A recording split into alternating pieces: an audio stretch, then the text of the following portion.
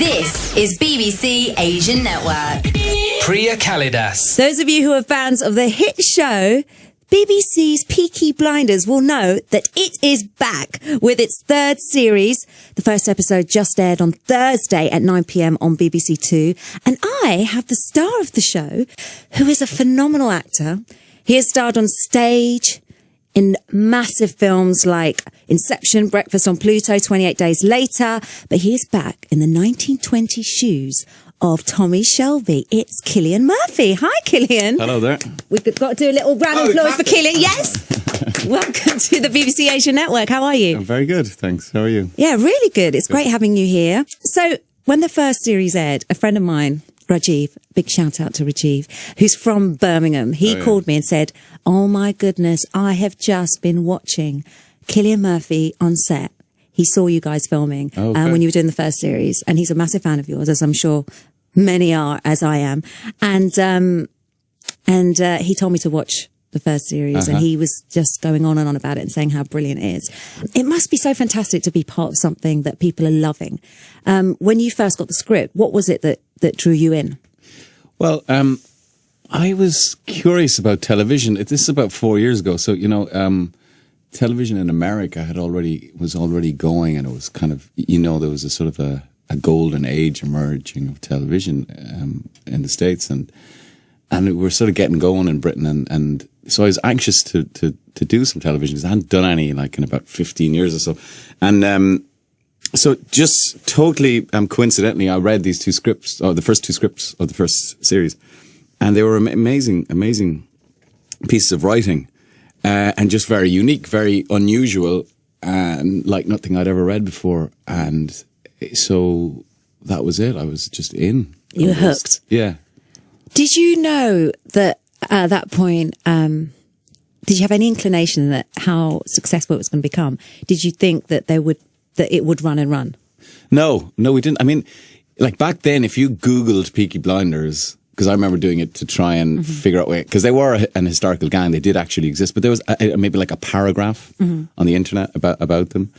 But now, if you Google it, it's just everywhere. So it has become this sort of phenomenon in short, 4 short years, whatever it is. And I think the nice thing about it is that it's kind of grown just by word of mouth and by people saying, you should watch that. I think you should watch that, which is the best way I think a show grows.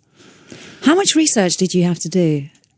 Well, like I said, there was very little about the gang itself, so there was not much we could do there. But Steve Knight, his uncles were illegal bookies, and his mum would have been a runner for them, so he had it in his head, and he'd sort of mythologized it. And then I suppose a lot for us was the context, the historical context of these men who had just come out of the First World War, and all the sort of horror that they'd seen in the trenches in France, so I read a lot about that. So that was the main sort of foundation for the character, and then trying to get the bromney accent right, and then trying to kind of how was that? Have you been to Birmingham before filming the show? No, we'd not been. Well, I'd not been. I mean, I'd been up to Birmingham obviously, but I'd not been up there working, and so it was just a process of meeting Brummies and recording them and listening to tapes. And Steve Knight is from Birmingham himself, so he was a good sounding board. Did you spend a lot of time with him? I did, yeah, in the pub. It's the best place to learn anything, kids. And so so I would call him up in a Brummie accent and see how I find it's one of the hardest accents to do. I love accents. I think I'm all right at some of them, but Brummie, I can't do it. Yeah, well, you can tip into Swahili or Scouse or Aussie. It's not the easiest thing, but the people of Birmingham have been very, very forgiving to us, which is very sweet of them.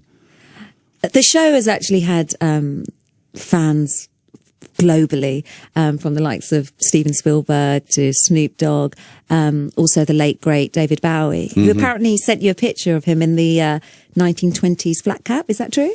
Well, yes, his people let me know that he was a fan, and Christmas about 18 months ago, I sent him the cap that I wore in the first series, and he sent me back a picture of him, which is very that's sweet. So cool. Yeah. I've actually got a picture of, look at this picture, somebody's put a picture of you on a glass, on a wine glass. Is that? I mean, it must be really bizarre. Like, I wonder, is it half somebody's full drinking or half from empty? that? How do you feel about your face on a glass being drunk from? Well, I don't know. That's very flattering, I suppose, and weird. Your character also has to smoke about 3,000 cigarettes, apparently, when you were filming. Is that true?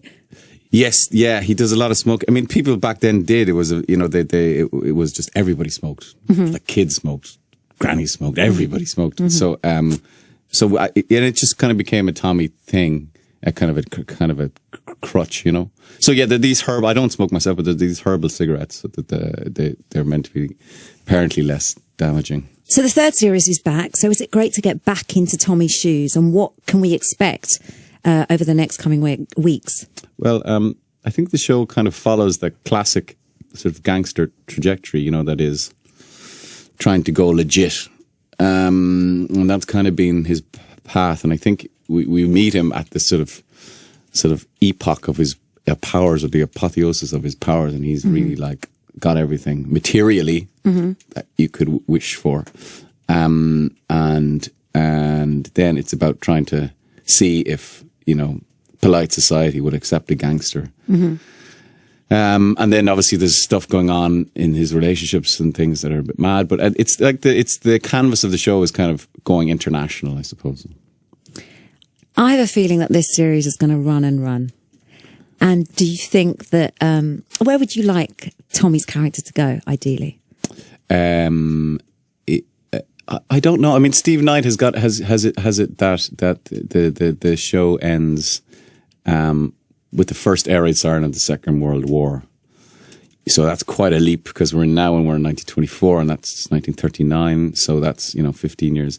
So I don't know. For me, I love playing the character. It's a real gift, and as long as the writing is as amazing as it is now, I'm in. I'm in. Would you say he's a hero or a villain? I'm not really interested in those kind of tropes. I think it's very easy to sort of reduce characters to that. I think when you get the kind of scope of 18 hours on which to play a character, you can really delve into the grey areas there, which is he's just a human being, and he may do bad things, but we all do bad things, and we're all sort of. Do you do bad things? Well, it's on a scale, I guess. What's the baddest thing that Cillian has ever done? Well, I mean, sometimes, you might park your car in a double yellow line, and that's a bad thing. I heard you did that this morning. Well, yeah, couldn't get a car here. So, no, you know what I mean. It's a means to an end, isn't it? I think his greater goal is something that is kind of honourable, but on the journey there are deeds that you and I, or the average person, wouldn't dream of. You're also acting alongside some amazing actors like Tom Hardy, Helen McCrory. What's it like with working with talents like that? Well, I think it's a tribute to the show and to the writing that it attracts actors of that caliber. And we had the wonderful Sam Neill in series 1 and 2 as well, and Paul Anderson and Joe Cole and Annabelle Wallace, great actors. So we've been very, very lucky in that the show has always attracted that level of talent. And it's obviously for an actor, when you work with great actors, it's just good for you, makes you look good. What was it like? Because you started off in a rock band, didn't you, when you were a teenager? Yes. Well, I was, that's what I wanted to do until I was about 20, I suppose. And then... So you were going to sign a deal? You had a record deal in place? Yeah, there was a possibility that might happen, and then we didn't, for a variety of boring reasons, but we didn't sign it in the end. But I think I don't think the world is lacking in our music, to be honest. But do you ever think back to you have that sliding doors moment, I guess, because you could have been this rock star, but now you are, a very successful, phenomenal actor. One of the lucky ones, really talented. Well, I think the music industry is a really harsh industry, particularly nowadays. I mean, I think that, bands, you think bands get dropped after one record now. And, when you look back, bands used to be given 1, 2 or 3 records to really find their sound. And if you look at some of the great artists, they didn't actually find their sound until the third album. So, yeah, I think we would have been chewed up and spat out, to be honest. So I think I'm kind of lucky that it didn't happen. What do you think of those talent shows that have basically taken over television? Do you watch any of them, or have you? No, my kids enjoy them sometimes, and we used to watch them with the kids. I mean, it's entertainment, isn't it? But music, it ain't, I suppose. Peaky Blinders has a really individual soundtrack. The music doesn't really fit the period, but is it your kind of thing? Yeah, I mean, I thought it was a terrible idea when they told me that they were going to put, you know, the White Stripes or Nick Cave or Black Keys or PJ Harvey on the. Yeah. I thought it was so anachronistic and weird, but it actually works really well. It seems to suit the energy of the show and the sort of what the characters are. They're sort of outlaw characters, and a lot of the bands that are chosen are that kind of outlaw kind of vibe off them. So I think it really, really works. I think it would be really cool if they had a little mini Peaky Blinders concert that you could host and potentially perform. Oh, there's an idea. Hey. Yeah. Oh, well, no, I don't. Less of the performing. Yeah. But you can sing. Do you still sing? Oh, you know, it's like, on film or something. If there's a need for it, I will. But it's not a burning ambition anymore. You know. You've played an array of characters throughout your career. Is there any character that you would love to play, or any kind of character that you would love to play in the future? No, I don't really think like that, to be honest. You sort of, like, it's the whole, and I think if you ask any actor, like, you know, career thing is totally random, and it's all about luck, really, and what you get sent next. So, no, I mean, the whole sort of goal, though, is not to repeat yourself, I suppose, really.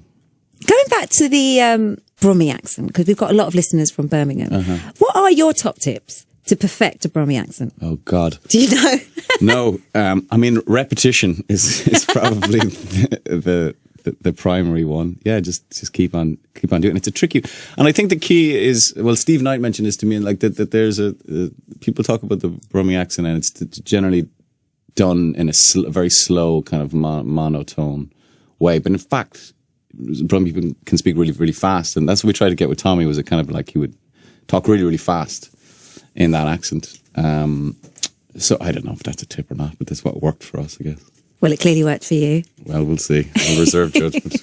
When they finish a scene, for instance, do you stay in the accent, or do you slip back to your own? Oh no, I go back to my own. Yeah, because some actors would just stay on set in character in the accent. It's exhausting, though, isn't it? Yeah. Some people do it. I guess they do. But no, no. Well, I've been playing him for so long now that you can. It's kind of within you, I suppose, and so you kind of know it. It takes a while to limber up to it, but no, no, I wouldn't stay in character all the time. The style of your character, clothing-wise, is really cool. I mean, I think he always looks fantastic. Have you ever stolen any of your clothes? It's not really my thing. The old tweed three-piece Suits you though. I guess it's good for the character, yeah. And you see a lot of people wearing it nowadays, and voluntarily getting that haircut, which I find just worrying. But it's become quite fashionable, bizarrely. But yeah, they're beautifully cut suits. We've had great costume designers in all the series, and they're beautifully cut. So it's lovely to wear a suit that's been cut for you, you know. Do you find it weird that potentially your character has actually inspired guys to dress like Tommy, to be like, to have that swag? Yeah, it is weird, but it's great. It's very flattering, and it's great that the show resonates in such a way. Mm-hmm. And you can never predict what's going to connect with people. That's why, film executives and film producers, they're always bashing their heads against the wall, because they never can predict it. And the thing that looks on paper like it's going to connect, it doesn't necessarily. And then the weirdest, strangest thing seems to. So, it's great when it happens. Yeah. Well, Peaky Blinders is on every Thursday for the next few weeks, 9 p.m. on BBC Two. Thank you, Cillian, for joining me here at the BBC Asian Network. It's been a pleasure to talk to you. Thank you. Priya Kalidas on BBC Asian Network.